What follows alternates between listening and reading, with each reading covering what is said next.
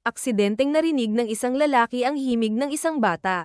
Lubos ang kanyang pagkagulat nang maunawaan niyang ito ang kantang isinulat niya 6 na taon na ang nakakaraan. Habang naglalakad si Jenny papunta sa opisina ng kanyang boss, mabigat ang bawat hakbang niya. Hindi niya maiwasang mag-alala dahil sa utos ni Marlen, ang kanyang amo, na maaaring magdala ng panganib sa kanilang ahensya. Si Jenny ay 2 taon nang nagtatrabaho sa Media, isang kilalang ahensya na nagpasikat ng maraming artista at performer sa industriya. Sa likod ng tagumpay na ito ay si Marlen De Thomas, isang talent manager na dating songwriter. Pagpasok ni Jenny sa opisina, agad niyang tinanong, "Sir Marlen, sigurado po ba kayo na gusto ninyong ipaimbestiga si Miss Lara Galvez?" Ang kanyang tinig ay halatang puno ng kaba habang nakatingin sa kanyang boss. Kalmado namang tumugon si Marlen habang tinititigan ang kanyang sekretarya. Napansin niyang hindi mapakali si Jenny, marahil dahil sa bigat ng utos na ibinigay niya. Si Miss Lara Galvez po ang guardian ni applicant 2544. Tama ba? Tanong ni Jenny, habang maingat na binabasa ang mga papeles na hawak niya. Tumayo si Marlen at lumapit sa bintana, tila iniisip ang bawat salita bago magsalita. Alam niyang may dahilan ang reaksyon ni Jenny, ang desisyong ito ay maaaring magdala ng legal na problema sa kanilang ahensya. Ngunit sa kabila ng lahat ng ito, nananatili siyang sigurado. "Sigurado ako, Jenny," mariing sagot ni Marlen. "Anak ko ang batang dinala niya sa audition kanina. Hindi ako maaaring magkamali. Nakilala ko si Thomas, ang nag-iisa kong anak na bigla na lang nawala 6 na taon na ang nakalipas. Gusto kong malaman kung may kinalaman ba si Lara Galvez sa pagkawala niya." Napalunok si Jenny habang tinitingnan ng seryosong mukha ng kanyang boss. Hindi niya moari kung paano nagagawa ni Marlen na manatiling matatag sa kabila ng bigat ng sitwasyon. Alam niyang hanggang ngayon, umaasa pa rin si Marlen na buhay ang kanyang anak, kahit na 6 na taon na itong nawawala. Sa mga oras na lumipas, bumalik sa alaala ni Marlen ang mga araw na nagsisimula pa lamang siya sa industriya. Ang marangyang opisina na kanyang kinaroroonan ngayon ay malayo sa maliit na kwarto kung saan siya unang nagsulat ng mga kanta. Noon, ang tanging pangarap niya ay maging isang tanyag na songwriter. Ngunit sa halip, binigyan siya ng Diyos ng mas malaking biyaya, isang matagumpay na ahensya. Sa kabila nito, hindi pa rin niya maramdaman ang tunay na kaligayahan dahil ang tagumpay na ito ay kapalit ng pagkawala ng pinakamahalagang yaman sa kanyang buhay, ang kanyang anak.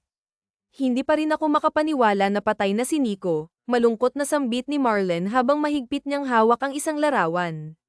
"At pati ang kanyang anak," mahinang dagdag ng kanyang sekretarya, na tila nag-aalangan pa sa kanyang sinabi. "Sir, magsisimula na po ang audition. Nandito na po ang lahat ng aplikante," magalang na paalala ni Jenny kay Marlen.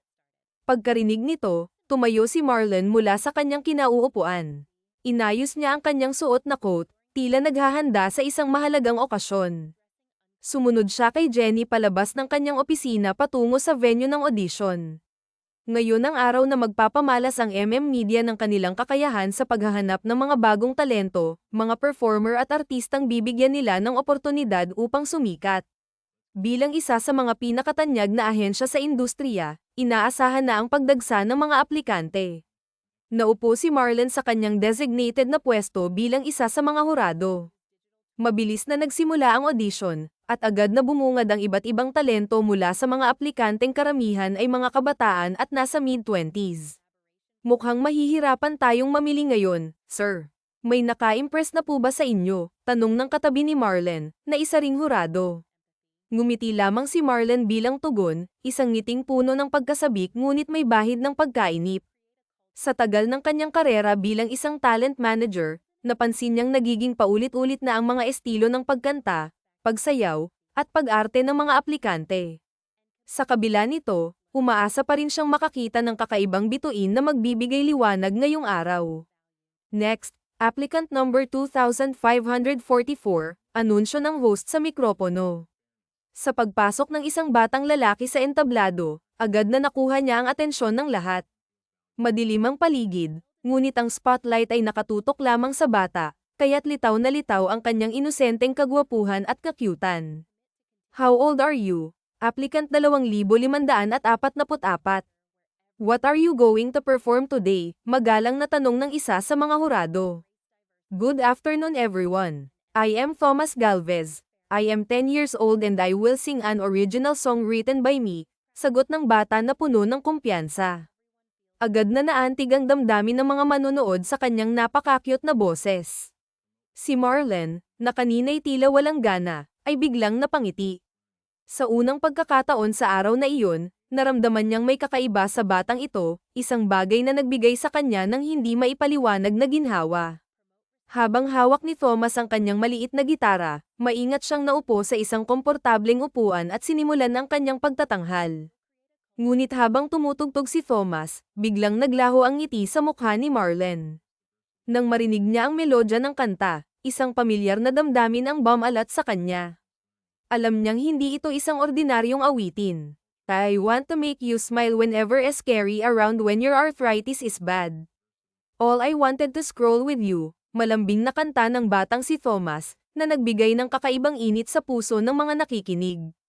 Nanlaki ang mga mata ni Marlen, at tila siya'y natigilan sa kanyang kinauupuan habang nakatuon ang buong atensyon kay Thomas. Nang magsimulang umawit ang bata, mas tumindi ang nararamdaman niyang hinala. Alam na alam ni Marlen ang kantang iyon, isang awitin na isinulat niya mismo 6 na taon na ang nakararaan para sa kanyang anak. Agad niyang hinalungkat ang mga papeles sa kanyang mesa, naghahanap ng impormasyon tungkol kay Thomas. Sa gitna ng kanyang paghahanap, natagpuan niya ang larawan ng tagapag-alaga ng bata, isang babaeng nagngangalang Lara Galvez. Habang tahimik na binabasa ni Marlen ang mga detalye tungkol kay Thomas, naramdaman niya ang bigat ng emosyon. Nang matapos ang pagtatanghal ng bata, nagpalakpakan ng buong audience. Halos lahat ng naroon ay nabighani sa malaanghel na tinig ni Thomas, na parabang nagbigay liwanag sa kanilang mga puso. Ang ilan sa mga manonood ay hindi napigil ang mapaluha dahil sa napakagandang mensahe ng kanta. Tumayo si Marlen mula sa kanyang kinauupuan nang makita niyang bumaba na si Thomas mula sa entablado. Walang pag-aalinlangan, sinundan niya ito patungo sa waiting room. Doon niya nakita ang batang yakap-yakap ng isang babaeng walang iba kundi si Lara. Ang galing mo, Thomas. Proud na proud si mommy sa'yo, sambit ni Lara habang pinipigilan ang kanyang luha. Thank you po, mommy. Para po sa'yo ang performance na iyon, malambing na tugon ni Thomas habang mahigpit na niyayakap ang ina. Napakuyom ng kamao si Marlen. Gustong-gusto niyang yakapin ang sarili niyang anak, ngunit pinigilan niya ang kanyang sarili. Alam niyang hindi ito ang tamang oras upang magpadala sa emosyon. Sa halip, tahimik siyang naglakad pabalik sa stadium. Pagkatapos ng audition, ipinatawag niya ang kanyang sekretarya na si Jenny. Jenny, gusto kong simulan ang investigasyon tungkol kay Lara Galvez. Alamin mo kung paano napunta ang anak ni Marcos sa kanya, utos ni Marlen, na puno ng determinasyon. Napabuntong hininga si Jenny bago tumugon. Noted, sir. Pero hindi ko po maipapangako na makakahanap agad ako ng impormasyon. 6 na taon na rin po ang lumipas, at napakatagal na ng panahong iyon. Tumango si Marlen at muling tumingin sa isang picture frame sa kanyang mesa, larawan nila ng kanyang anak. Take your time, Jenny. Susubukan ko munang obserbahan ang Lara na iyon. Tawagan mo sila at sabihing interesado ang Media na bigyan ng kontrata si Thomas. Bukas na bukas din, gusto ko silang pumunta rito. Right away, sir, sagot ni Jenny bago siya lumabas ng opisina ni Marlen. Mariing tinitigan ni Marcos ang larawan nila ng kanyang anak na si Thomas. Sa bawat segundo ng kanyang pagtingin, lalong tumitibay ang kanyang determinasyon na alamin ang katotohanan. Kung mapatunayan niyang may kinalaman si Lara Galvez sa pagkawala ng kanyang anak, hindi niya ito mapapatawad. Ang galit na nararamdaman niya ay tila apoy na patuloy na lumalagablab sa kanyang puso. Samantala, sa isang maliit na restaurant na pag-aari ni Aling Paing, masiglang kumakain sina Lara at Thomas. Napagdesisyonan nilang dumiretso dito matapos ang nakakapagod ngunit makabuluhang audition. Ang mahabang oras ng paghihintay sa pila at ang pag-commute pauwi ay tila naibsan ng masarap na pagkain at mainit na kwentuhan. Aling Paing, malakas po ang kutob ko na matatanggap si Thomas, masiglang sabi ni Lara habang kumikislap ang kanyang mga mata. Tignan niyo naman po, gwapo, cute, talented, at higit sa lahat, napakabait pang bata. Aba, lahat ng tao kanina sa stage, pumapalakpak talaga habang kumakanta siya. Nako, Ewan ko na lang po kung hindi siya mapansin ng agency. Kapag hindi, hahanapin ko talaga ang talent manager nila at makakatikim sila ng muscles ko, dagdag pa niya na may halong biro. Napailing si Aling Paing habang bahagyang natatawa. Ikaw talaga, Lara, sagot nito. Pero totoo, Thomas, ikaw ang pinakamalaking biyaya na natanggap namin. Napakaswerte namin sa'yo. Napangiti si Aling Paing habang pinagmamasdan ang matibay na samahan ni Lara at Thomas. Bagamat hindi sila magkadugo, ang kanilang pagmamahalan ay patunay na hindi lang dugo ang batayan para maituring na pamilya ang isang tao. Habang abala sila sa pagkain, biglang umalingaw-ngaw ang malakas na tunog ng cellphone ni Lara. Agad niya itong kinuha at sinagot. Good afternoon, am I speaking to Lara Galvez? Saad ng isang sopistikadong boses ng babae mula sa kabilang linya. Ah, opo, si Lara Galvez po ito. Sino po sila? Tanong ni Lara na may halong pagtataka. I am Jenny from Media. Gusto naming ipaalam sa inyo na may magandang balita. Ang aming talent manager ay interesado kay Thomas at nais mag-alok ng kontrata. Gusto niya kayong makausap bukas para maayos na mapag-usapan ang training ni Thomas. Are you free tomorrow? Mahinahon ngunit puno ng kasiguraduhang sabi ng babae. Nanlaki ang mga mata ni Lara at tila hindi makapaniwala sa narinig. Kulang na lang ay tumalon siya sa sobrang saya ngunit pinigilan niya ang sarili upang hindi marinig ni Jenny ang kanyang labis na excitement.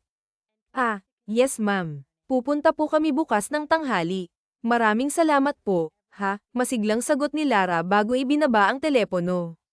Sa wakas, hindi na niya napigilan ang kanyang kasiyahan at nagsimulang tumalon-talon sa tuwa. Natanggap si Thomas. Natanggap si Thomas. Magiging sikat na singer na ang anak ko, sigaw ni Lara na puno ng pagmamalaki. Ang saya niya ay agad na nahawa kay Aling Paing at sa mga trabahador ng restaurant, na masiglang nakisaya sa magandang balita. Nako, kapag sumikat na si Thomas, baka makalimutan mo na kami dito at hindi ka na kumain ulit ng luto ko, biro ni Aling Paing habang nakangiti. Umiling si Thomas at ngumiti ng matamis. Hindi po, luto niyo pa rin po ang magiging paborito ko. Nagkatawanan ang lahat sa sagot ni Thomas, na nagbigay ng mas magaan at masayang damdamin sa paligid. Kinabukasan, maagang nagtungo sina Lara at Thomas sa opisina ng Media. Pagkarating nila, nalaman nilang wala pa si Marcos, kaya pinaupo muna sila sa isang komportableng sofa habang naghihintay. Thomas, naiihi ako, bulong ni Lara sa anak habang bahagyang yumuko. Okay lang ba na maiwan muna kita dito saglit? Iihi lang din ako, dagdag niya. Tumango si Thomas at muling ngumiti ng magiliw. Okay po, Mommy. Hindi po ako aalis dito. Mabilis na tumayo si Lara at lumabas ng opisina ni Marlen. Habang naglalakad, luminggalingi siya sa paligid upang makahanap ng matatanungan. Sa wakas, nakasalubong niya ang isang janitor. Sir, saan po ang comfort room dito? Tanong ni Lara habang hawak-hawak ang kanyang puson, halatang hindi na mapigilan ang kanyang pangangailangan. Ah, ma'am, pasensya na po, pero out of order po ang public comfort room dito sa floor na to. Mukhang mamayang hapon pa po maayos. Pero sa first floor po, meron.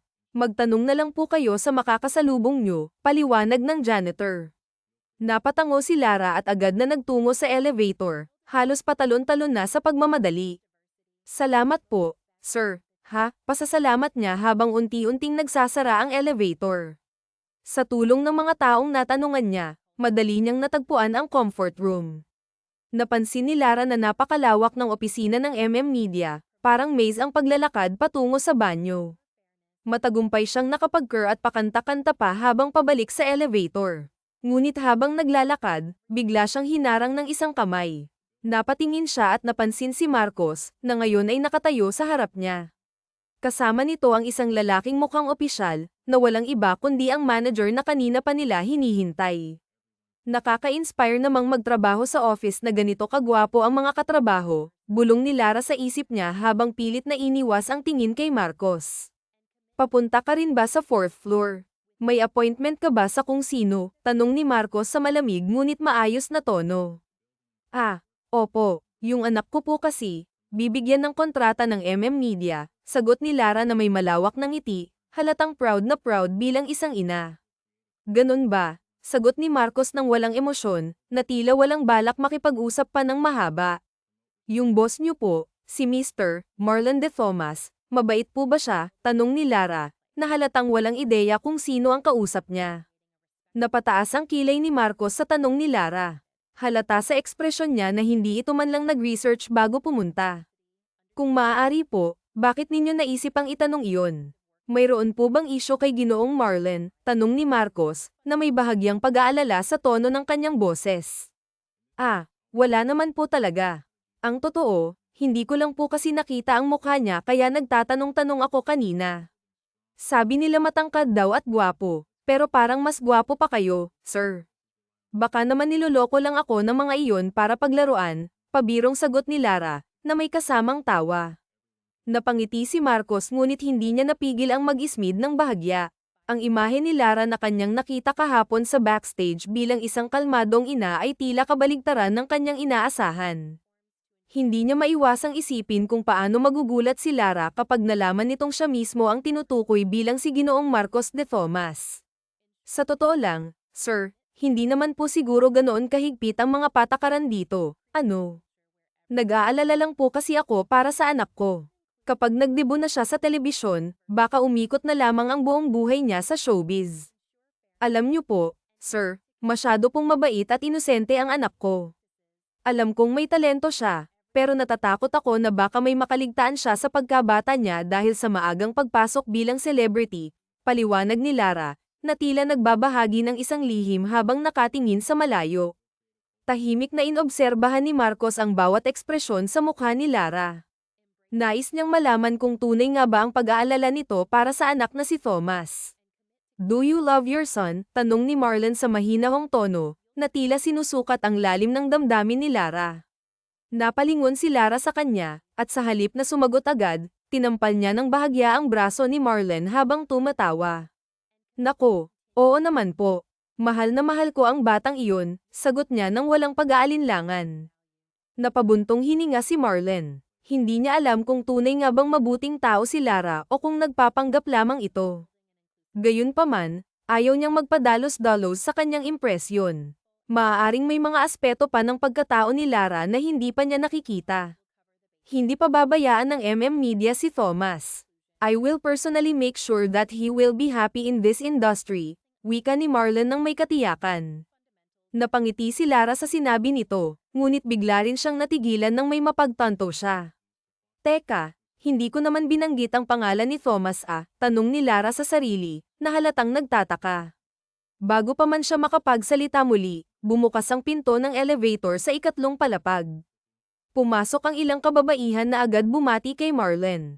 Good morning, Mr. Marlon, sabay-sabay nilang bati, na may kasamang paghadyakan. Samantala, si Lara ay nanatiling nakayuko, nanlalaki ang mga mata habang iniwasan ang tingin sa katabi. Diyos ko, Lara, ang syongga-syongga mo talaga, bulong niya sa sarili. Pagkarating nila sa ika-4 na palapag, sabay silang lumabas. Si Marlon, na tila nag-e-enjoy sa awkward na reaksyon ni Lara, ay bahagyang ngumiti. Si Lara naman, namumula ang pisngi, ay tila hindi alam kung saan ibabelang ang tingin. I'm heading to my office, Miss Galvez. Sabay na tayo, mahinahong saad ni Marlon. Nahihiyang tumango si Lara, na parang isang batang sumusunod sa guro. Sige po, sir, sagot niya, halos nauutal pa. Pagdating nila sa opisina, agad silang sinalubong ni Thomas. Mommy, I was worried kasi natagalan kayo, bungad ng bata, sabay yakap sa kanyang ina. Marahan namang hinaplos ni Lara ang ulo ni Thomas. Sorry, anak, sira kasi ang public restroom kaya bumaba pa ako sa first floor, paliwanag niya. Sa saglit na iyon, tila nawala ang lahat ng kaba ni Lara, at ang kanyang ngiti ay muling bumalik. Agad na inayos ni Lara ang kanilang sarili nang mapansin niyang hindi lamang sila ang naroroon sa opisina.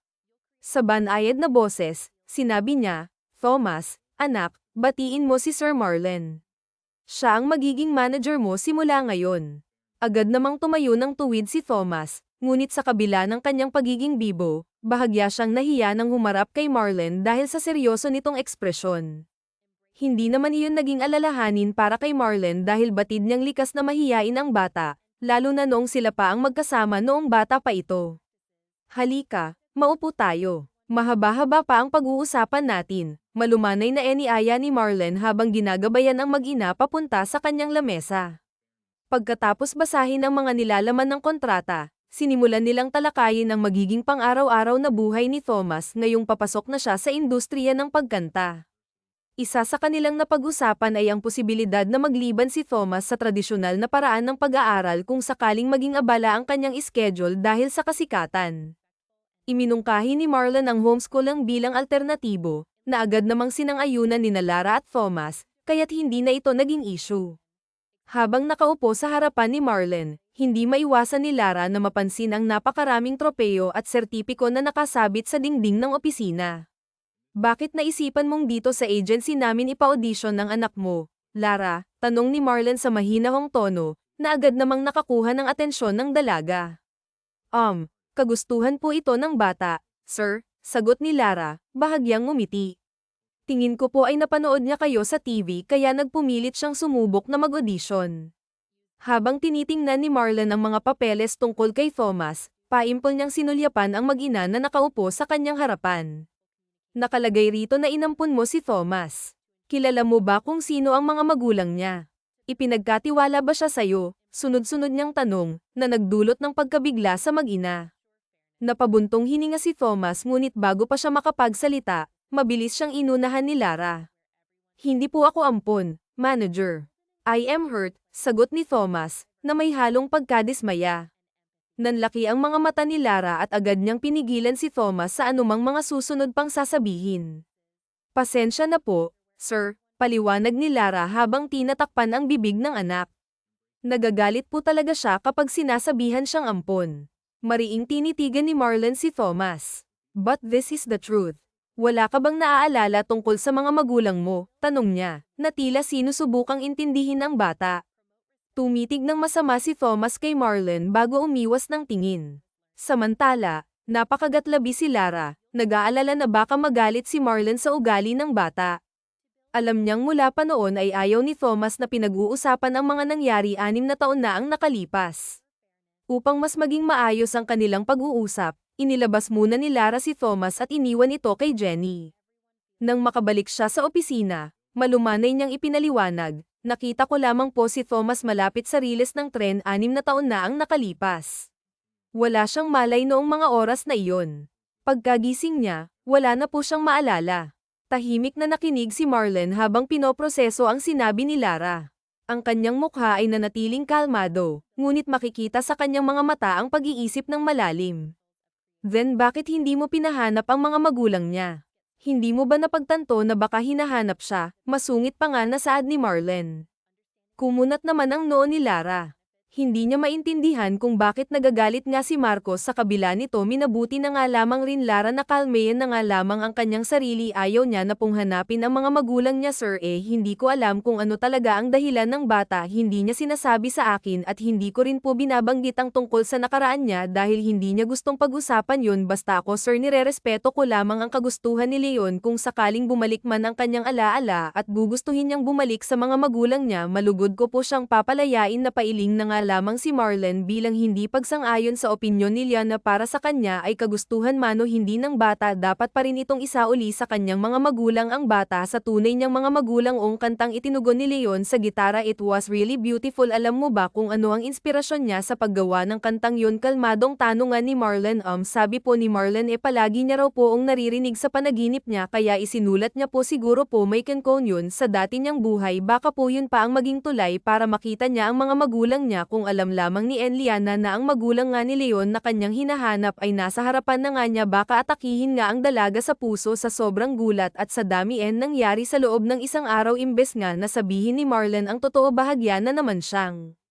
napanghinaan ng loob sa takot na hindi gugustuhin ni Leon ang bumalik sa kanya. Base sa napansin ni Marlon, matibay ang samahan Thomas at Lina, kung kaya naman ay hindi niya ito basta-bastang matitibag dahil lamang siya ang tunay na ama ni Leon. Pagkatapos ng pag-uusap na iyon ay nakausap na nga rin ni Leon si Jenny upang i-report ang findings patungkol sa kung paano nagtuos ang landas ng kanyang anak at ni Lara. Nung malaman nga ni Marcos na nagsasabi ng totoo si Lara ay nakumbinsi na nga siyang hindi ito masamang tao. Sa halip kailangan ngang hanapin ni Marcos Marcos kung sino ang salaring nag-iwan nga sa anak niya sa lugar kung saan nakita ni Lina si Thomas. Mukhang kailangan na lamang hintayin ni Marcos na bumalik ang alaala ni Leon. Ayaw niyang masaktan ang bata at pilitin itong iwan si Lara dahil lang sa kanya, kaya naman napagdesisyonan nga niya na lamang ni Marlon na panatilihin silang malapit sa kanya nang sa gayon ay makita at makasama niya pa rin sila yon kahit na papaano hanggang sa makuha nga niyang loob ng bata sa oras na bumalik ang alaala nito. Sigurado si Marlon na pakikisamahan na nga siya ni Leon at magsasama na nga silang muli. Nagpatuloy na nga sa pagtutuos ang landas ng tatlo lalo na't nagsisimula na nga silang mag-ensayo sa nalalapit na paglabas ni Leon sa telebisyon. Ay sir, ipinagluto ko po kayong lahat ng bibingka. Saad pa nga ni Lara. Nanlaki nga ang mga mata ni Marlon nang marinig ang sinabi ni Lara na puno nga ng pananabik ang kanyang mga mata. Ngayon lamang napagtanto ni Marlon na ang huling beses na nakakain nga siya ng bibingka ay halos 5 taon na nga ang nakalipas. Masayang inilabas nga ni Liana ang Tupperware na puno ng mga bibingka. Nagunahan naman ang mga nagtatrabaho sa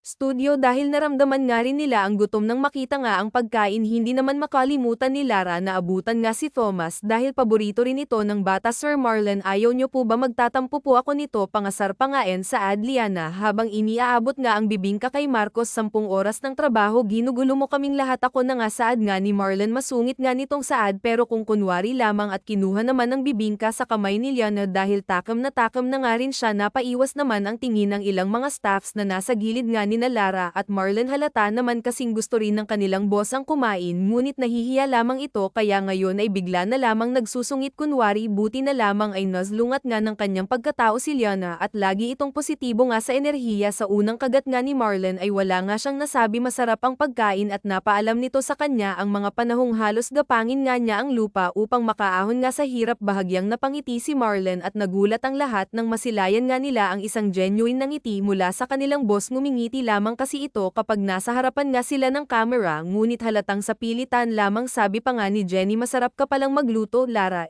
bakit kaya hindi na lang ganito ang gawin natin araw-araw para naman hindi na tayo magpa-deliver ng pagkain, at least hindi na natin kailangan pang maghintay ba Sir Marlon? Suhestyon nga ni Jenny. Awkward nga na napatango naman si Marlon dahil sa tanong na iyon. Para sa kanya ay maganda nga itong idea ngunit nahihiya nga siyang ay suggest ito. Buti na lamang at mukhang nabasa nga ni Jenny ang niyang iniisip. Good idea, of course, babayaran kita. Kalmadong sagot naman ni Marlon habang nakatingin kay Liana. Tuwang-tuwa naman si Liana nang marinig yun dahil mukhang nakahanap pa nga siya ng sideline habang sinasamahan sila yon. Kinabukasan, anong dala mo ngayon Miss Galvez? Bungad nga na tanong ni Marlon kay Lara. Pagkarating nga nito sa backstage, nagulat naman si Liana sa reaksyon ni Marlon ngunit agad nga niyang binuksan ang basket na dala niya. Puto bongbong po sir, sagot naman ni Liana. Agad ngang kumalat ang mabangong amoy ng puto bongbong sa studio dahil dito ay nagkatinginan nga ang mga staff sa stage at si Marlon. Bago pa man sila makalapit at magagawan, kinuha na nga ni Marcos ang basket kay Lina. Akin na nga ta, magbabayad ako mamaya. Jenny, magpa-deliver ka na lang muna ng pangmeryenda nito. Tanging Saad nga ni Marcos B ang nagmamadaling tumakas. Halati nakasan tayo ni Sir Marlon. Hindi makapaniwalang Saad nga ng isang photographer habang si Jenny naman ay nagpipigil ng tawa sa gilid. Saad naman ni Lara, huwag kayong mag-alala, 2 basket ang dinala ko. Masiglang Saad nga ni Lara at dahil dito ay naghiyawan nga ang mga staff sa sobrang saya dahil sa nangyari ay lagi na nga lamang nagdadala ng 2 basket si Liana. Ang isa ay para kay Marlon at ang isa ay para sa lahat. Hindi naman ganon kalaki ang mga basket. Ang tangkad ng mga basket ay nasa 1/4 ng 1 metro ngunit masyado pa rin itong marami parngas solohin lamang ng isang tao gaya nga ng parating ginagawa ni Marlon. Hindi alam ni Lara kung saan ipinagkakait dinadala niya dahil pagkatapos kunin ni Marcos ang basket ay nagmumukmak na nga ito sa kanyang opisina upang kumain. Bumaba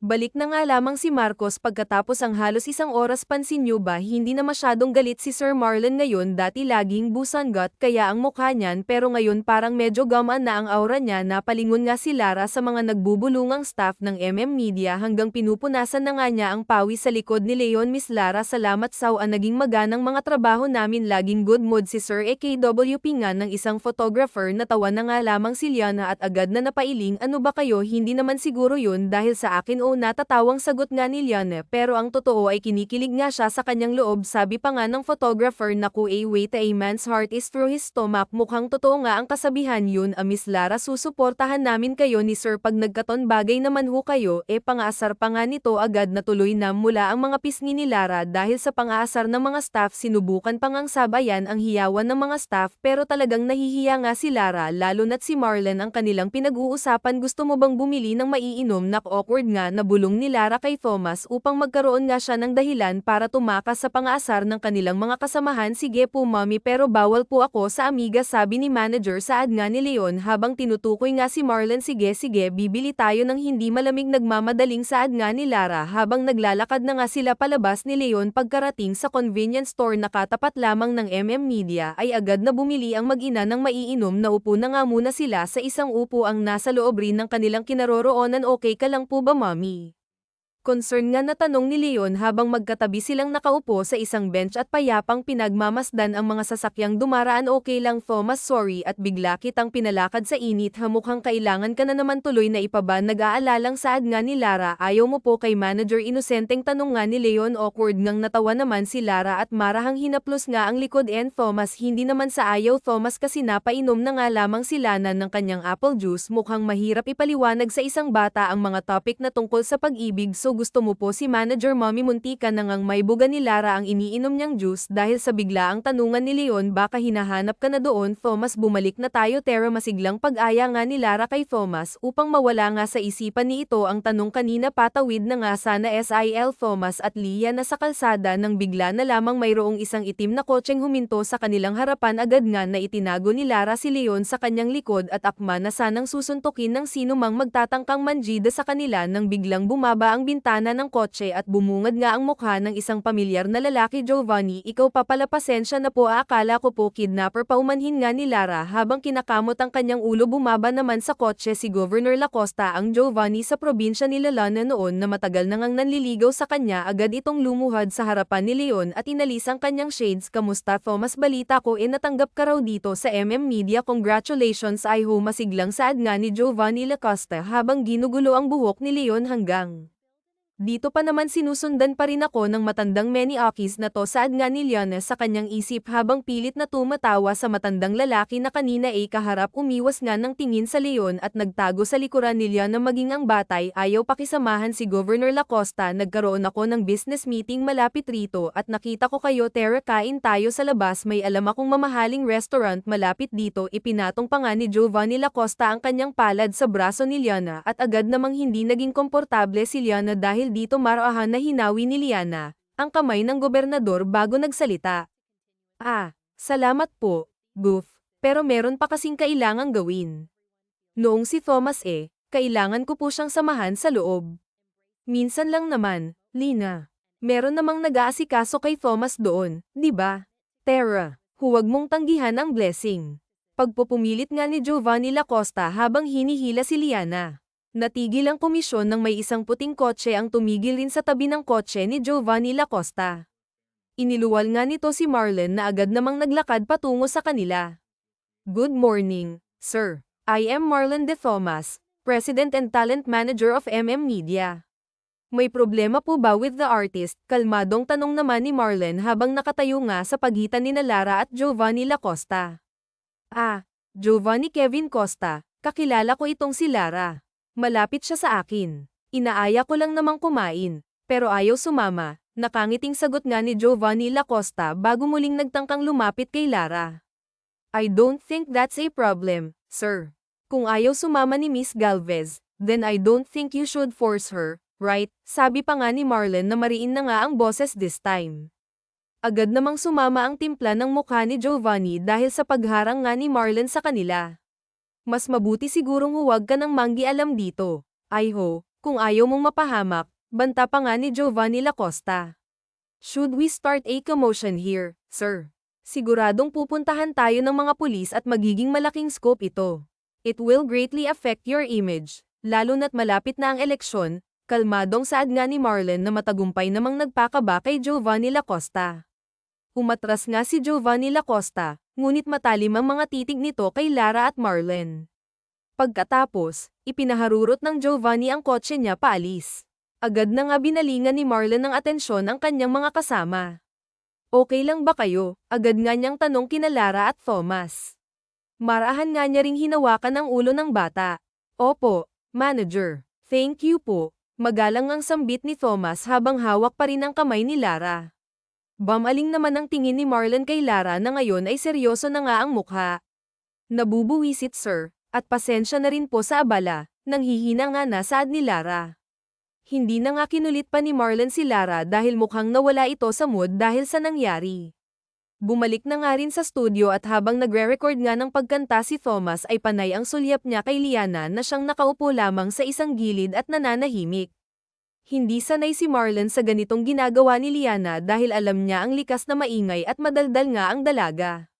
Maging ang mga staff ay bigla na nga lamang nag-alala at nanibago. Thanks, everyone. We will finalize everything tomorrow. Good job, team. Saad nga ni Marlon na siya ang nagpagulat nga sa kanyang mga staff. Dati kasi ay basta-basta na lamang umalis si Marlon pagkatapos ng trabaho at wala ngang sinasabing kahit na ano sa kanila. Hindi na pinansin pa ni Marlon ang mga gulat na tingin ng kanyang mga staff at dirdiretso na nga lamang siyang lumapit kay Lara upang makausap nga ito. Tahimik na inaayos nga ni Lara ang bag na dala nila habang si Thomas naman ay tahimik na nanonood ng video sa cellphone. Lara, pwede ba nating pag-usapan yung nangyari kanina? Seryosong tanong nga ni Marlon. Nilinggan nga siya ni Liana at nagdadalawang isip na tumango sa huli. Tipid na ngumiti si Liana bago sumunod kay Marlon patungo sa opisina nito. Anong meron mo sa Giovanni na yun? Is he threatening you or something? Walang prenong tanong na nga ni Marlon dahil kanina pa nga siya nangangating magtanong kay Lara. Hindi naman sa ganon kalalim Sir Marlon. Kaya lang kasi yung matandang yun matagal nang naliligaw sa akin. Ilang beses ko na nga po yung tinanggihan pero habol pa rin po ng habol. Diyos ko, hindi ko naman inasahan na pati dito sa Maynila mahahanap niya ako. Nakukonsumi nga na sagot nga ni Lara habang marahan namang minamasahe ang kanyang ulo. Pagkatapos ng maraming sinabi nga ni Lara ay hindi napigilan nga ni Marlon ang pagtawa. Naaga nga ni Marlon ang atensyon ni Lara dahil sa tunog ng tawa niyang hindi niya nga napigilan. Sorry, really, totoo ba? Liana, nakahawak nga si Marlon sa kanyang tiyan at pinipigilan nga ang kanyang pagtawa. Grabe ka naman, sir. Kahit naman po ganito lang ako ay meron pa rin naman po akong alindog, no? Pabirong sagot nga ni Lara. No, hindi ko sinabing unattractive ka. Natatawa lang ako dahil sa tandaan niya ay naghahanap pa ba siya ng batang mapapangasawa, paliwanag nga ni Marlon. Pagod na nga na napaupo si Lara sa sofa at muling minamasahe ang kanyang ulo. Ewan ko ba dun, sir? Napakarami namang babae na willing magpakasal sa kanya dahil sa pera niya. Ewan ko ba kung bakit ako pa yung napagtripan niya na habol-habulin, inis nga na saad ni Lara. Agad na nagseryoso nga si Marlon at nag-isip nga. So, anong balak mong gawin? Hindi naman pwedeng ganito kayo palagi. Makokonsumo, pati na rin ang bata, madadamay. Sa totoo lang, sir, matagal ko lang gustong sampailan ng katotohanan yung si Goof. Kaso, natatakot ako, hindi para sa akin, kundi para kay Thomas. Kahit ganun ang many akis na Giovanni na yun, hindi ko pa rin maipagkakailang makapangyarihan pa rin talaga siya.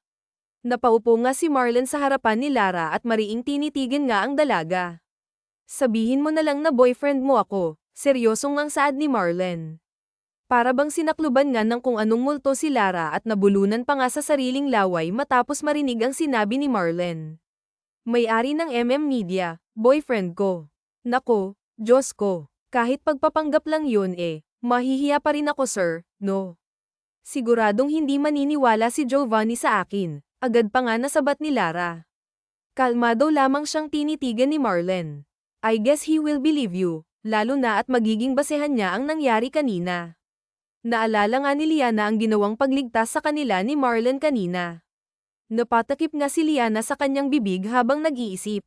Mukhang maganda nga ang idea ni Marlon, ngunit nagdadalawang isip pa rin si Lara kung kakapalan niya ba ang kanyang mukha at tatanggapin ito. Muli nga niyang pinasadahan ng tingin si Marlon mula ulo hanggang paa. Guwapo, edukado, mayaman. Lahat-lahat na ata ay nasa kanya. Huwag ka nang mag-isip ng kung ano-ano dyan. I'm willing to extend the hand para sa inyo ni Thomas, saad pa nga ni Marlon bago marahang umiti. Pagkatapos ng kanilang pag-uusap ay hinatid na nga ni Marlon ang mag-ina pauwi dahil dumidilim na nga. Nakatulog na nga si Thomas sa loob ng kotse kung kaya naman ay ikinarga na nga siya ni Marlon papasok sa kanilang munting bahay. Pasensya na sir, maliit lamang po ang aming bahay at medyo magulo pa dahil hindi ko pa po nalilinis eh. Nahihiyang bulong ni Lara kay Marlon upang hindi nga magising si Thomas. Inilibot naman ni Marlon ang kanyang tingin sa paligid at nakita nga ang napakaraming picture frame nila ni Liana at Thomas nang magkasama. Sa bawat litrato, ang saya sa kanilang mga mukha na hindi matatawaran ng kahit na ano. Tingin ko naman ay napakaganda ng bahay nyo. Hindi kalakihan, pero puno ng masasayang alaala, kalmadong saad nga ni Marlon. Pagkarating nga sa kama ni Thomas ay maingat na inilapag ni Marlon ang bata at inalis ang sapatos at waitao nito. Inayos niya rin ang kumot ni Thomas at marahang hinaplos ang ulo ng kanyang anak.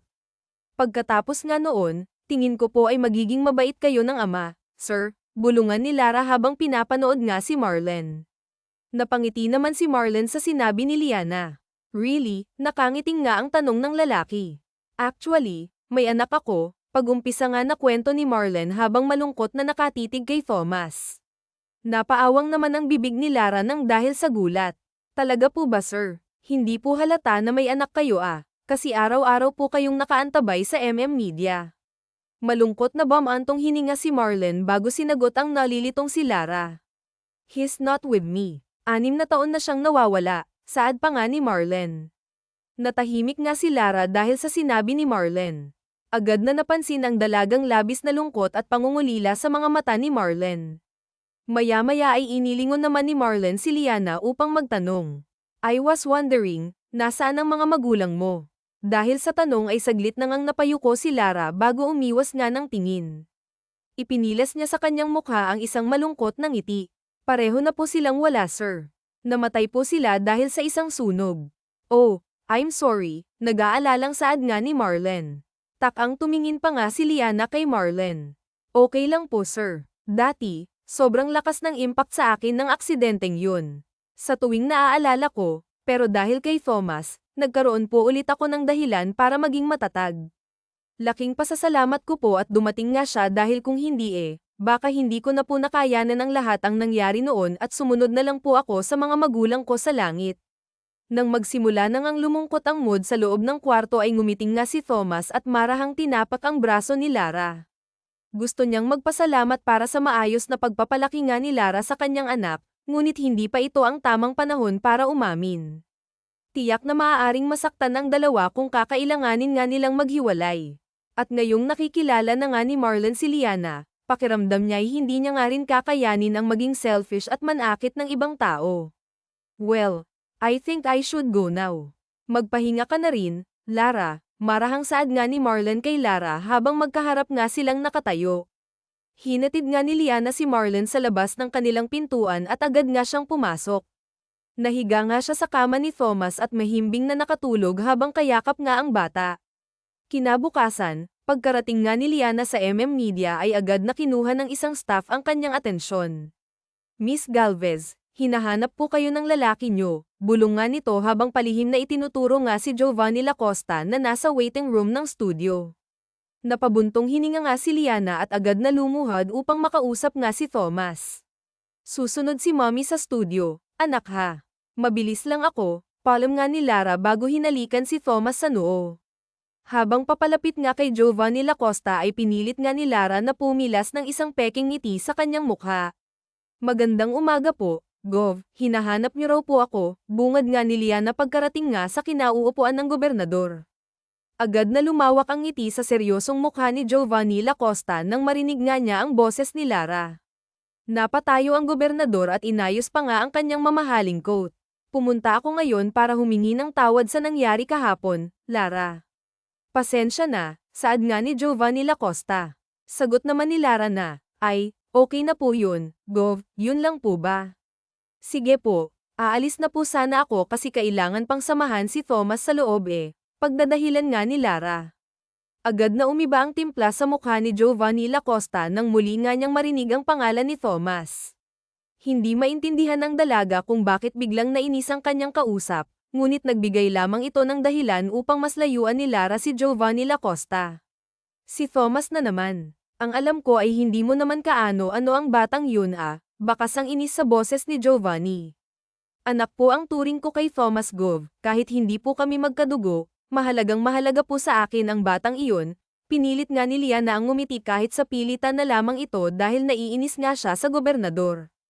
Isang malalim na buntong hininga naman ang unang sinagot ni Giovanni Lacosta para bang disappointed nga itong makatingin kay Liana kaya naman ay mas lalong naging uncomfortable nga ang dalaga sa kanyang harapan. Sabi pa nga ni Giovanni, bata ka pa at single ka rin. Imbes na ay enjoy mo ang buhay mo habang malakas pa ang pangangatawan mo, heto ka at nagkakanda o gaga sa anak ng ibang tao. Bakit hindi mo nalang hanapin ang mga magulang ni Thomas para maisauli mo siya sa kanila? Iniwas nga ni Lara ang kanyang tingin kay Giovanni Lacosta upang itago ang kanyang inis. Hindi niya na kaya pang tiisin pa ng matagal ang kanyang inis kung magpapatuloy pa rin sila sa ganitong usapan. Saglit na napadasal na nga lamang si Liana upang humingi ng gabay nang sa gayon ay hindi na nga niya masapak pa ang kanyang kausap. Babe, bigla ngang may tumawag mula sa kanilang likuran. Napalingon nga si Liana sa kanyang likuran nang marinig nga niya ang boses ni Marlen. Babe, tak ang bulungan ni Liana sa sarili habang nakatitig na kay Marlen. Napalapit nga sa kanila pagkatapos ma-realize kung ano ang nangyayari ay napatakip na nga lamang si Liana sa kanyang bibig upang pigilan ang kanyang hiya. Sa lahat ba naman kasi ng call sign na pwedeng piliin, bakit babe pa? Napalingon nga rin si Lara sa mga staff na nasa paligid at agad na lamang siyang napaiwas ng tingin nang makita ang mga naglalakihan nilang mga mata. Dahil hindi na ipaliwanag nga ni Liana at Marlen ang kanilang plano, malamang ay kung ano-ano na ang iniisip ng mga staff ngayon. Oh, Giovanni Lacosta, ikaw po pala. What brings you here, sir? Nakangiting sambit nga ni Marlen bago marahang inakbayan si Lara. Hindi naman maalis ang tingin ni Marlen kay Giovanni Lacosta at ganun din naman ang Giovanni kay Marlen na marahan namang hinahaplos ang braso ng kanyang nagugustuhang babae. Pumunta ako dito para makausap sana si Lara patungkol sa nangyari kahapon. I came to say sorry. Habang nagsasalita ay nakatuon pa nga rin ang mga tingin ni Giovanni sa kamay ni Marlen. Si Liana naman ay parabang naging estatwa na dahil sa gulat. Panay ang paglingga-lingga ni Liana sa paligid at pilit na nga lamang siyang ngumingiti kahit na mukha siyang tatay. Okay, nakapag-usap na po ba kayo? Tanong nga ni Marlen ngunit kay Lara siya nakatingin. Agad na tumango naman si Liana bilang paunang sagot. Oo, okay then, can we excuse ourselves, sir? We are actually planning to eat breakfast together. Jenny, paki-escort nga si Giovanni kapag lalabas ka na. Nilinggan nga ni Marlen si Jenny na agad namang tumango ng walang angal. Bago pa man makaalis sina Marlen at Lara ay agad nga silang hinarang ni Giovanni Lacosta, bakas ang napakaraming katanungan sa kunot nitong noo. Sandali, what is this? Tanong nga ni Giovanni kay Lara na bumantong hininga nga si Liana at saglit na napalingon kay Marlen. Sabi naman ni Lara, nakalimutan ko po siyang ipakilala sa iyo ng maayos, Gov, actually, boyfriend ko po siya, saad na nga ni Lara. Mas lalong nanlaki ang mga mata ng mga taong nasa loob matapos marinig ang sinabi ni Lara. Ang staff nga ay nahulog pa nga sa kanyang kinauupuan dahil sa labis na pagkagulat. Kahapon lamang ay inasar pa nga nila si Lara, pero ngayon, nanggaling na nga mismo sa mga bibig nila Lara at Marlen na sila ay magnobyo. Ano? Wait, hindi pwede to, Liana, agad na angal nga ni Giovanni. Kailan pa? Hindi ba't kakakilala nyo lang dalawa samantalang ako, mag-iisang taon na akong nanliligaw sa'yo at hinihingi ang kamay mo, tila nagagalit na nga ang saad nito. Napakagat na nga lamang ng labi si Lara dahil hindi nga niya alam kung ano ang dapat niyang isagot. Hindi niya inaasahang agad na magre-react ng ganito si Giovanni Lacosta. I guess we were bound and fated for each other. Unang kita ko palang dito kay Liana ay I knew she was something kaya naman hindi na ako nagpaligoy-ligoy pa, kalmadong saad nga ni Marlen habang nakangiti. Malalim na bumantong hininga naman si Giovanni Lacosta bago sinaman ng tingin si Liana. Mabibigat nga ang kanyang mga paa habang nagmamarcha nga palabas. Bago tuluyang makaalis sa studio ay nilinggan nga muna ng gobernador si Lara bago ito umalis. Hindi sigurado si Liana ngunit narinig ang mga balahibo niya dahil sa tingin ni Giovanni Lacosta. Are you okay? Huwag ka nang masyadong mag-overthink, Lara. At least now, matututo na siyang tumigil. Wala na siyang magagawa dahil may nobyo ka na. Marahang hinaplos nga ni Marlen ang likod ni Liana. Malalim na huminga si Liana at ngumiti. Tama si Marlen, hindi na dapat siya mag-isip pa ng kung ano-ano. Ang mahalaga ay hindi na nga siya gagambalain pa ni Giovanni Lacosta simula ngayon. Salamat talaga, Sir Marlen, sa nahihiyang sambit nga ni Lara. Marlen na lang ang dapat mong itawag sa akin. As part of her act, huwag na yung sir. Malay natin ay bigla uling sumulpot yun at marinig kang tinatawag akong sir, di ba? Or kung ayaw mo naman akong tawaging Marlen, pwede namang ha si Lara sa sinabi ni Marlen at agad na napahampas sa balikat nito. Ah, sige, Marlen, namumula sa hiya na saad ni Lara, kahit na alam niyang mukhang inaasar lamang siya ni Marlen. Pagkatapos nga ng nangyari ay pinaliwanag nila ang mga nangyari sa Media staff. Agad naman nila itong naintindihan. Ang iba ay nag-aalala pa nga rin kina Lara at Thomas, ngunit sinigurado naman ni Marlen na okay na ang lahat. Sayang naman, kilig na kilig pa naman ako kanina, acting lang pala yun. Dismayadong saad pa nga ng isa sa mga photographer. Nagtawanan ng iba dahil dito. Napalingon naman ang mga staff sa dalawa na ngayon hindi na nga makatingin sa isa't isa dahil nagsisimula na namang manggasar ang kanilang mga katrabaho. I guess having a girlfriend is something you really need, Sir Marlen, para naman may mag-alaga po sa inyo. Hindi naman po masama na halos sa Media na po umiikot ang buhay nyo. Pero minsan nakaka-guilty rin sa part namin na kami ang lagi niyong iniisip. Magsisikap po kaming igihan ng trabaho namin nang hindi laging nakaasa sa mga utos at turo nyo, sambit pa nga ni Jenny. Tumango ang lahat ng staff ng Media bilang pagsang-ayon sa sinabi ni Jenny, habang si Lara naman ay parang nalulunod nga sa hiya. Pagkatapos nilang may salang sa kansawan ng mga Media staff ay naisipan pa nga nila Marlen at Lara na magkape muna sa pantry ng agency. Bukas na magpe-perform si Thomas. Nakausap ko ang bata kanina at sinabi sa aking kinakabahan raw siya, natatakot siyang magkamali, sabi nga ni Marlen bago hinaypan ang kanyang kape. Nako, kahit ako nga na matanda na talagang kinakabahan pa rin. Magpe-perform sila yun ng live. Isang mali lamang maaari na niyang ikasira, pero may tiwala naman ako sa batang iyon. Alam kong kayang-kaya niya yun, proud pa nga na sabi ni Lara. Napangiti naman si Marlen habang pinapanood si Lara. Hindi pa rin niya maiwasang humanga sa pagmamahal ni Lara kay Thomas na hindi niya naman tunay na anak. Para bang mas mabuti pang nanay si Lara kumpara sa ibang mga inang nakilala ni Marlen. Habang abala nga si Lara sa pag-inom ng kape at pagkain ng biskwit ay palihim nga siyang pinagmamasdan ni Marlen. Hindi niya maipagkakailang maganda si Lara, ngunit ang pinakapaborito nga niyang tingnan sa mukha nito ay ang magaganda nitong mga mata. Bukod sa mga mata ni Lara, hindi rin maipagkakaila ang ganda ng kutis nito, kahit na wala naman siyang kahit anong makeup na ginagamit. Ang mga labi ni Lara ay may magandang hugis sa tamang pagkapula. Marlen, ang tanong nga ni Lara nang mapansing nakatingin nga si Marlen sa kanya. Agad namang natauhan si Marlen dahil sa boses ni Lara. Hiyang umiwas nga si Marlen ng tingin at agad niyang nilagok ang kapeng kanina niya pa kayang ubusin. Ngunit pinatatagal niya lamang upang mas humaba ang usapan nila ni Lara. Baka hinahanap ka na ni Thomas. Tara na, magpapanik na yun, saad naman ni Marlen bago tinulungan si Lara na dalhin ang kanyang mga bag. Ang tiningnan ni Lara si Marlen, ngunit binaliwala na nga lamang niya ang kakaibang kilos ng binata. Sabay nga silang bumalik sa studio kung saan nag-eensayo si Thomas. Nang matanong nga niya ang pagpasok ni na Marlen at Lara ay masiglang kumaway ang bata habang mayroon ngang malawak ng ngiti sa mga labi. Sabi pa nga ni Thomas, Mommy, Manager, sa harapan po kayo umupo bukas ha. Gusto ko po kayo agad na makikita sa audience ko Natawa nga si Lara at marahang hinaplos ang buhok ni Thomas. Siyempre naman, anak, kung pwede nga lang na tumabi sa'yo tatabi pa ako, pagbibiro pa nga nito. Natawa na nga lamang sila. Good luck for tomorrow, Thomas. Huwag mong i-pressure masyado ang sarili mo. Just enjoy the event like you did sa audition at huwag mong kakalimutan ang bilin ng mga trainers. Okay, itinutok nga ni Marlen ang kanyang kamao kay Thomas at agad naman silang nag-face bump. Thank you, Manager, Masayang sagot nga ni Thomas. Natigil ang usapan nila Marlon at Thomas nang biglang may tumawag nga sa cellphone ni Marlon.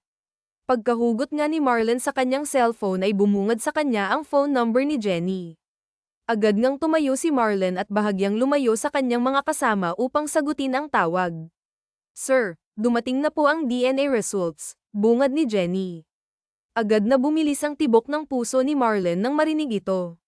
Nitong nakaraang mga araw lamang ay pasimpleng inutusan nga ni Marlon si Jenny na kumuha ng ilang hibla ng buhok ni Thomas habang binibihisan nga siya sa dressing room upang maipad na test silang mag-ama. Malakas ang kutob ni Marlon, ngunit mas gusto nga niya pa ring makasigurado. "Anong resulta?" kabadong tanong ni Marlon. 99.99% positive, sir." Si Thomas nga po talaga ang nawawala niyong anak. Bakas nga ang saya sa boses ni Jenny habang pinapasang nga sa kanyang boss ang napakagandang balita. Agad na naluluha nga ang mga mata ni Marlon na pinigilan nga niya ng tuluyang maiyak at pasimpleng pinunasan nga ang namumuong mga tubig sa ilalim ng kanyang mga mata bago nga nilinggan sina Thomas at Lara na naglalaro hindi kalayuan sa kanya. "Congratulations, sir. Masaya po kami para sayo," saad ni Jenny. "Thank you, Jenny. Sige, ibaba ko na ang tawag. Dadaanan ko na ang mga dokumento niyo mamaya. I want to see it with my own eyes," masayang sambit pa nga ni Marlon. "Sure, Sir Marlon," at ibinaba na nga ni Jenny ang tawag. Muling lumapit nga ni Marcos ang mag-ina. Pauwi ay pinilit na nga rin siya ni Lara na sumabay sa kanilang maghapunan at sa huli ay hindi rin ito natanggihan ni Marlon. Habang nasa hapag, ramdam nga ni Marlon ang pamilyar na saya habang pinapanood ang kulitan nila Lara at Thomas. Puno rin ng tawanan at asaran. Bamantong hininga nga si Marcos habang mayroon ngang mga ngiti sa kanyang labi.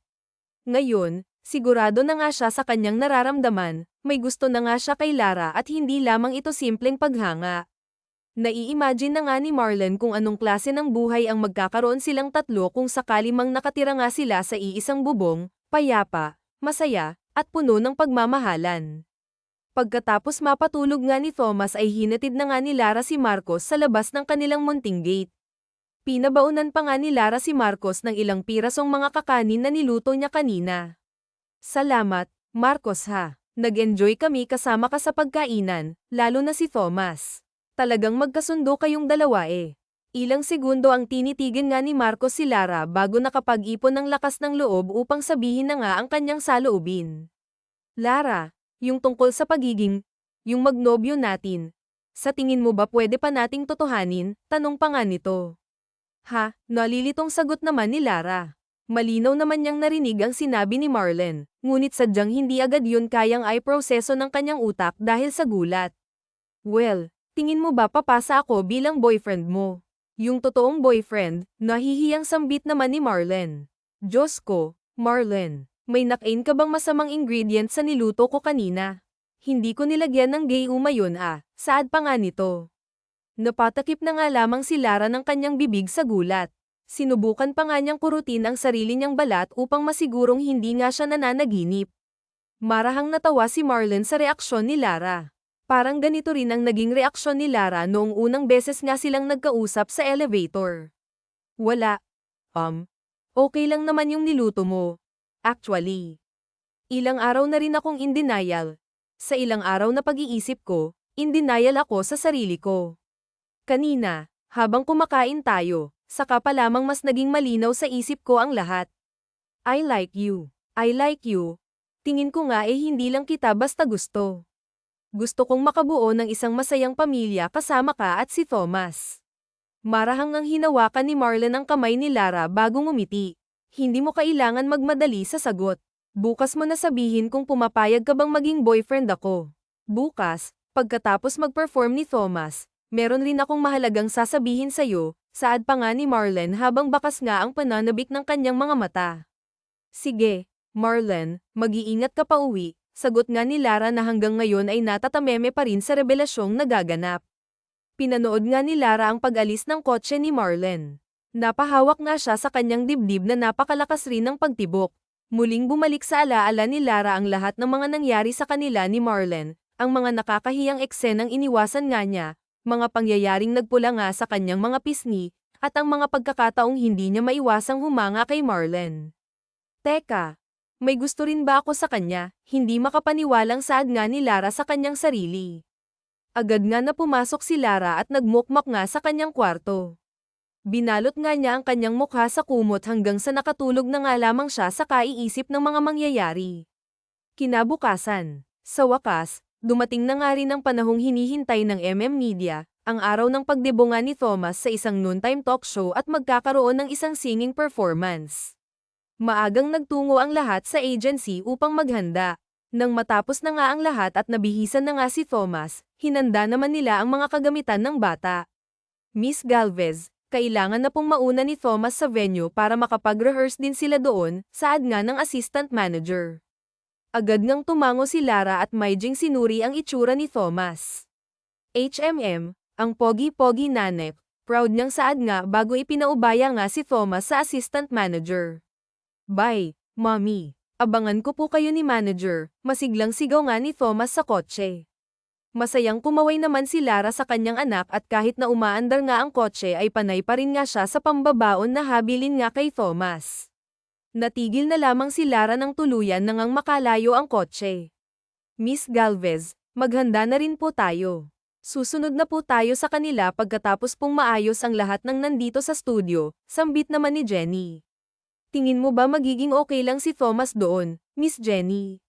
Baka mahiya siya at ma-out of place nag-aalalang saad nga ni Lara habang natatanaw nga ang kotseng sinasakyan ni Thomas kanina. Napangiti naman si Jenny bago marahang tinapak ang balikat ni Lara. Thomas is a smart kid, Miss Galvez. Saka kasama niya rin naman ang mga stylist niya, they'll take care of him. Napatango-tango nga si Lara at kampante na ring bumalik sa loob ng studio. Inayos nga ni Lara ang lahat ng mga gamit na dala nila ni Thomas kasama ang ilang mga staff. Karamihan kasi ay nauna na nga sa site dahil kinakailangan nga nilang ipamalas ang kanilang mga expertise doon. Pagkatapos ng mala World War III na paghahanda ay nakahinga na nga rin ng maluwag ang lahat ng naiwan sa studio. Andito na po si Sir Marlon, saad nga ng isang janitor. Napatayo naman si Lara at agad na inayos ang kanyang mga gamit dahil kay Marlon sasabay nga ito sa kanya patungo sa venue. Pagkaharap nga nila sa isa't isa, muling nanambalik kay Lara ang napag-usapan nila kagabi. At dahil dito ay bahagya nga siyang nakaramdam ng hiya. Ilang ready ka na? Let's go, nakangiting aya naman ni Marlon sa kanya na parang wala lang. Tumango nga si Lara at sumunod na nga habang dala nga ni Marcos ang mga bag na dala ni Thomas. Habang palabas nga sa Media, biglang nagring ang cellphone ni Marlon kaya naman sandali muna nga siyang huminto upang sagutin ito. Yes, this is Marlon de Thomas, seryosong saad nga ni Marcos sa kausap sa telepono. Hindi umabot ng ilang minuto ang usapan at agad nga na napabalik si Marlon. Nagmamadali nga niyang pinagpindot ang mga bag na binitawan nga niya at agad na hinawakan ang braso ni Lara. Marlon, may problema ba? Nag-aalalang tanong ni Lara na mas lalong kinabahan nang makita nga niya ang naluluhang mata ni Marcos. Si Thomas at ang mga nakasakay sa kotse kanina, naaksidente sila. Napaawang nga ang bibig ni Lara at nanigas nga siya sa kanyang kinatatayuan. Ramdam nga ni Lara ang pamamanhid ng kanyang katawan at panlalambot ng kanyang mga tuhod. Hindi pa man niya nalalaman kung ano ang nangyayari ay nilamon na nga si Lara ng takot. Lara, let's go, pilit nga na saad ni Marcos habang sinusubukan nga ring maging matatag.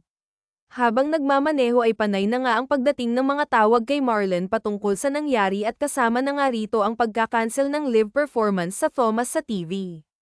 Marlon, anong nangyari? Kamusta si Thomas? Umiiyak nga na saad ni Lara habang marahang inaalog ang braso ni Marlon. Bigla raw nawala ng kontrol ang kotse at sumalpok sila sa isang malaking truck. Diyos ko, si Thomas. Maris, hindi ko kakayanin kung may nangyaring masama sa kanya, humahagulgol na nga na saad ni Lara habang nakahawak nga sa kanyang dibdib. Napalunok naman si Marlon. Maging siya ay pinipigilan na nga lamang ang sarili na umiyak dahil kailangan nga nilang makarating sa ospital upang malaman kung ano ang kalagayan ng kanyang anak pati na rin ng mga staff. Hindi na nga ipinark pa ni Marcos ng maayos ang kanyang kotse. Hinihintuan na lamang niya sa harapan ng ospital bago sila nagsitakbuhan ni Lara papasok. Wala na nga siyang pakialam kung magkaroon man ng multa o kung mapaano man ang mamahalin niyang kotse dahil ang kalagayan lamang ng kanyang anak ang mas mahalaga sa kanya ngayon. Habang nasa waiting area nga ay patuloy pa rin sa pag-iyak si Lara. Dinadamayan naman siya ni Thomas, ngunit tulad ni Lara ay labis rin ang sakit na nararamdaman niya ngayon. Magpakatatag Ana. Alam kong hindi tayo iiwan nila yun, saad nga ni Marlen. Tahimik na nagsituluan nga ang mga luha ni Marlen habang yakap-yakap si Lara. Ang takot na moalang muli ang kanyang anak sa kanya ay hindi maiwasan ni Marlen. Marami na sana siyang plano para sa kanilang tatlo. Excited na nga siyang sabihin ang totoo sa kanila at nasasabik na nga rin siyang muling tawagin ang kanyang anak na daddy. Pagkatapos mapakalma si Lara ay umalis na nga si Marlen at nagtungo sa isang maliit na chapel sa ospital. Sa loob ng mahabang paghihintay ay sandaling sumagi sa isip ni Marcos ang ilang bagay. Saad pa nga ni Marlen, ayaw mo bang muli kaming magkasama ng anak ko? Bakit kung kailan nagiging maayos na ang lahat at saka pa to nangyari? Ganid na pa ako kung bukod sa yaman na mayroon ako ay gusto ko pa ring magkaroon ng masayang pamilya. Bakit ayaw mong ibigay sa akin yun? 6 na taon. 6 na taon na akong umaasa para makitang muli ang anak ko. Ngayon na nandito na siya, pero bakit parang hindi pa rin umaayon ang tadhana, saad nga ng lalaki. Napahimas na nga lamang si Marlen sa sarili niyang ulo upang pakalmayan ang kanyang sarili. Hindi niya alam kung ano ang dapat niyang isipin. Gustuhin niya mang maging positibo ay hindi pa rin maiwasang sumagi sa kanyang isip ang pangamba. Saad nga ni Lara, Marlen, anong sabi mo? Agad na napalingon si Marlen sa kanyang likuran at bumungad sa kanya si Lara na gulat na gulat.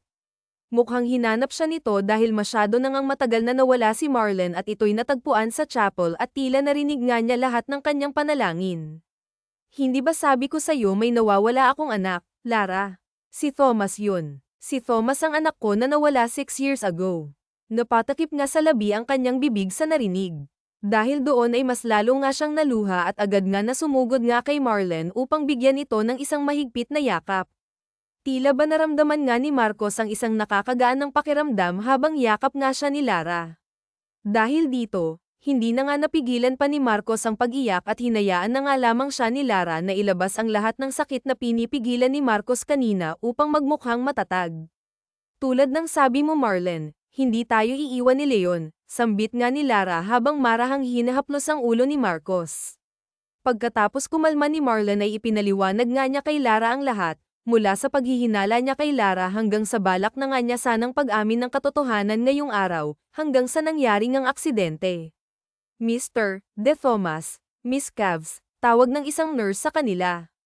Agad namang kumari pa ng lakad sina Marlen at Lara sa nurse upang marinig ang sasabihin nito. Kumusta silang lahat? Ang anak ko po, agad na nagtanong si Marcos. Maayos na po ang lagay nila. As for the adults, may iba pong ilang araw na makoma, sagot ng nurse. Muntik na ngang matamba si Lara sa kanyang kinatatayuan matapos marinig ang sabi ng nurse. Para bang natanggalan siya ng mabigat na pinapasan, at ganon na nga rin si Marlen. Hindi agad nakapasok ang dalawa sa kwarto kung nasaan si Marlen at pinaghintay pa nga sila ng ilang oras bago pinayagang bisitahin ang wala pang malay na bata. Thomas, gumising ka na, anak. Marami kaming gustong sabihin sa'yo, malambing na bulong ni Lara habang hawak ang mga palad ni Thomas. Napalingon naman si Lara sa kanyang likuran at nakitang abala nga si Marlen sa kausap niya sa telepono. Bago pa man matapos ang araw na to, gustong siguraduhin ni Marcos na aksidente lamang ang nangyari dahil kung kagagawan ito ng kung sino man, hinding-hindi niya mapapatawad ang taong yun. Mommy, maging si Marlen nga na ilang metro ang layo kay Lara ay agad na ngang nabitawan ang kanyang cellphone matapos ngang marinig ang boses ni Thomas.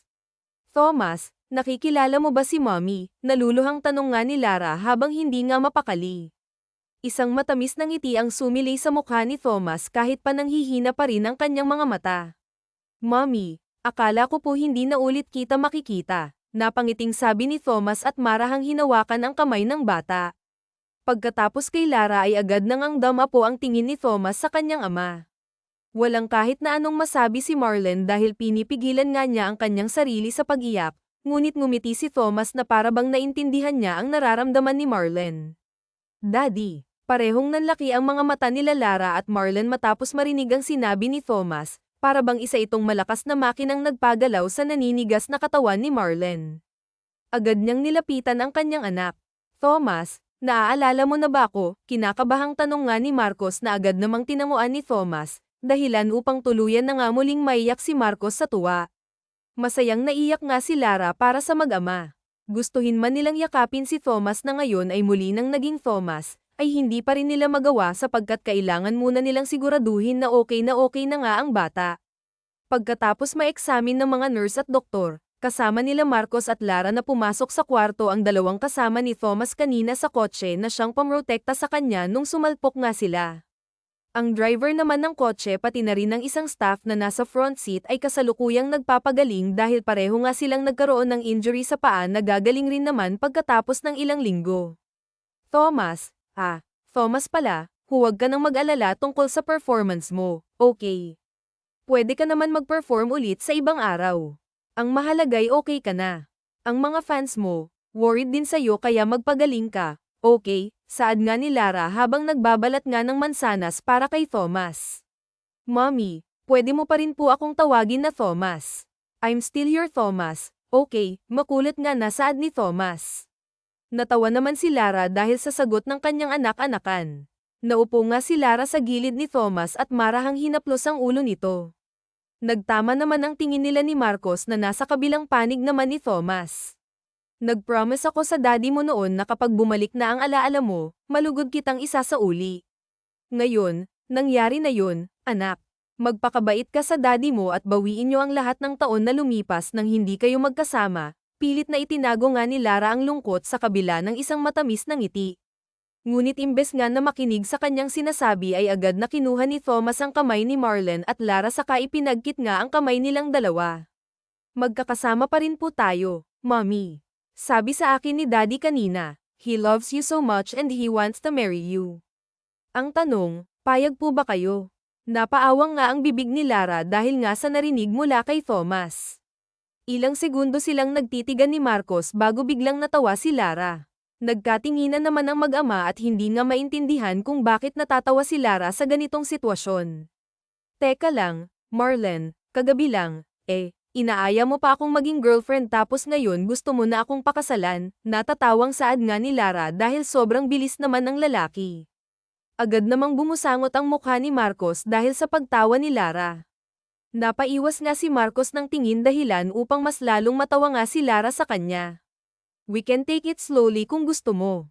Hindi naman talaga ako nagmamadali. Mahinang sabi nga ni Marcos. Sige, magsimula muna tayo sa umpisa, Marlen. Pumapayag na akong maging girlfriend mo. Agad ngang naibsan ang busangot na mukha ni Marlen at ito ay napalitan ng isang matagumpay na ngiti. Maging si Thomas ay parang nanalo nga ng loto dahil sa narinig. Pagkarinig nga ng staff sa balita ay agad silang bumili ng mga makakain sa labas upang ipagdiwang ang pagseserve ng lahat ng bagong relasyong namukadkad sa loob ng Media. Sa gabi ring yun ay agad nga na nahuli si Giovanni Lacosta matapos mahuli at interogahin nito, at nabanggit ang pangalan ng gobernador. Bukod pa rito ay nalaman nga rin ni Marlen ang lahat ng nangyari 6 years ago. Walang sala rin at sila yun mismo ang naligaw nung araw na yun. May nakita kasi siyang cute na aso na nakawala sa tali kaya naman sinundan ito ni Thomas. Ngunit hindi na malaya ng bata na masyado na pala siyang nakalayo sa parke kung nasaan ang kanyang ama. Habang naglalakad sa gilid ng riles ng tren, nadulas nga si Thomas at nabagok ang kanyang ulo. Yun rin mismo ang araw na nagtuos ang landas nila ni Lara. Pagkatapos ng ilang buwan ng pagiging magnobyo, ay nauwi pa nga rin naman sa kasalan ng pag-iibigan nila Marlen at Lara sa isang simpleng tahanan. Ipinagpatuloy nilang tatlo ang hangad nilang buhay ng mapayapa, masaya, at puno ng pagmamahal. Thomas, hindi ka pa bababa?